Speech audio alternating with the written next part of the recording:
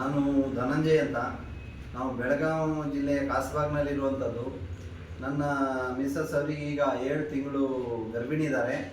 ಅವರಿಗೆ ಪ್ರತಿ ತಿಂಗಳು ಸರ್ಕಾರದಿಂದ ಅಂಗನವಾಡಿ ಮೂಲಕ ಕೊಡುವಂತಹ ಆಹಾರ ಪದಾರ್ಥಗಳು ಈ ಪ್ರಥಮ ಬಾರಿಗೆ ನಾವು ತಗೊಂಡು ಬಂದಿದ್ದೇವೆ. ಡಿಸೆಂಬರ್ 4ನೇ ತಾರೀಕಿಗೆ ನಾವು ಅಂಗನವಾಡಿಯಿಂದ ತಗೊಂಡು ಬಂದಿದ್ದೇವೆ.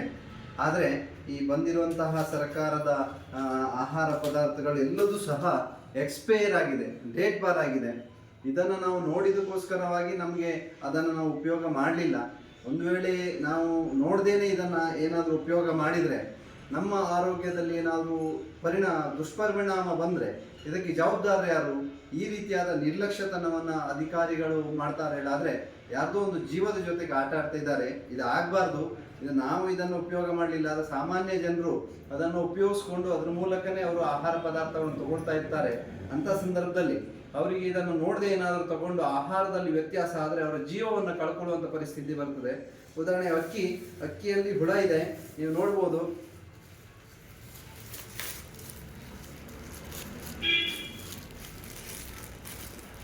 ಅಕ್ಕಿಯಲ್ಲಿ ಹುಳ ತುಂಬಿಕೊಂಡಿದೆ. ಹಾಗೆ ಗೋಧಿ ಕಡಿಯಲ್ಲೂ ಸಹ ಹುಳಗಳು ರಾಶಿ ಇದೆ. ಇನ್ನು ಹಾಲಿನ ಪೌಡ್ರು ಒಂದು ಬಹಳ ಉತ್ತಮವಾದಂಥದ್ದೊಂದು ಕೊಡ್ತಾರೆ. ಆದರೆ ಇದು ನೋಡಿ, ಇದರ ಎಕ್ಸ್ಪೈರಿ ಡೇಟ್ ಹರಿದೋಗಿದೆ. ಅದಲ್ಲದೆ ಎಕ್ಸ್ಪೈರಿ ಡೇಟು 30 ನವಂಬರ್ 2024 ಆದರೆ ಇದನ್ನು ನಮಗೆ 4 ಡಿಸೆಂಬರ್ 2024 ಕೊಟ್ಟಿದ್ದಾರೆ. ಇನ್ನು ಉಪ್ಪಿಟ್ಟು ಮಸಾಲ ಇದು ಸಹ ಭಾಳ ಉತ್ತಮವಾಗಿರುವಂಥದ್ದು ಹೇಳಿ ಸರ್ಕಾರದವ್ರು ಕೊಡ್ತಾ ಇದ್ದಾರೆ. ಆದರೆ ಇದರ ಎಕ್ಸ್ಪೈರಿ ಡೇಟು ನವಂಬರ್ 30, 2024 ಮುಗಿದಿದೆ. ನಮಗೆ ಇದು ಡಿಸೆಂಬರ್ 4ನೇ ತಾರೀಕಿಗೆ ಇದನ್ನು ನಮಗೆ ಕೊಟ್ಟಿದ್ದಾರೆ. ಹಾಗೆ ಇನ್ನು ಈ ಬೆಲ್ಲವೂ ಸಹ ಉಪಯೋಗಕ್ಕೆ ಬರ್ತದೆ ಅಂತ ಹೇಳಿ ಸರ್ಕಾರದಿಂದ ಕೊಡ್ತಾ ಇದ್ದಾರೆ. ಆದರೆ ಇದರ ಎಕ್ಸ್ಪೈರಿ ಡೇಟ್ ಅಕ್ಟೋಬರ್ 2024 ನಮಗೆ ಡಿಸೆಂಬರ್ 4ನೇ ತಾರೀಕಿಗೆ ಕೊಟ್ಟಿದ್ದಾರೆ.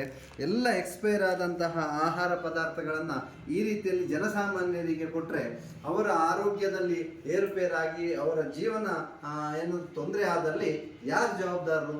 ಅಧಿಕಾರಿಗಳು ಇಂತಹ ಕ್ರಮಗಳನ್ನು ಖಂಡಿಸಬೇಕು.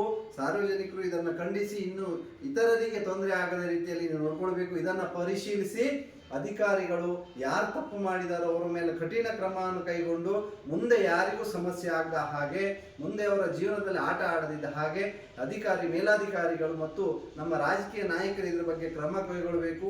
ಬೆಳಗಾವಿ ಅಂತ ಇಂತಹ ಒಂದು ತಾಲೂಕು ಮಟ್ಟದ, ಜಿಲ್ಲಾ ಮಟ್ಟದ ಪ್ಲೇಸಲ್ಲಿ, ನಗರದಲ್ಲಿಯೇ ಸಹ ಈ ರೀತಿಯಲ್ಲಿ ಆದರೆ ಇನ್ನು ಗ್ರಾಮೀಣ ಪ್ರದೇಶದಲ್ಲಿ ಯಾವ ರೀತಿಯಾದ ಫುಡ್ ಹೋಗ್ತಾ ಇರ್ಬೋದು. ಇಂತಹ ಸರ್ಕಾರದ ಹಲವಾರು ಯೋಜನೆಗಳು ಜನರಿಗೆ ಮುಟ್ಟುವಾಗ ತೊಂದರೆಯಾಗಿ ಇತರರಿಗೆ ನಷ್ಟ ಆಗ್ತಾ ಇದೆ, ಸಮಸ್ಯೆ ಆಗ್ತಾ ಇದೆ. ಇದನ್ನು ಅಧಿಕಾರಿಗಳು ಪರಿಶೀಲಿಸಬೇಕು ಅಂತ ಹೇಳಿ ನಾವು ಒತ್ತಾಯ ಮಾಡ್ತಾ ಇದ್ದೇವೆ.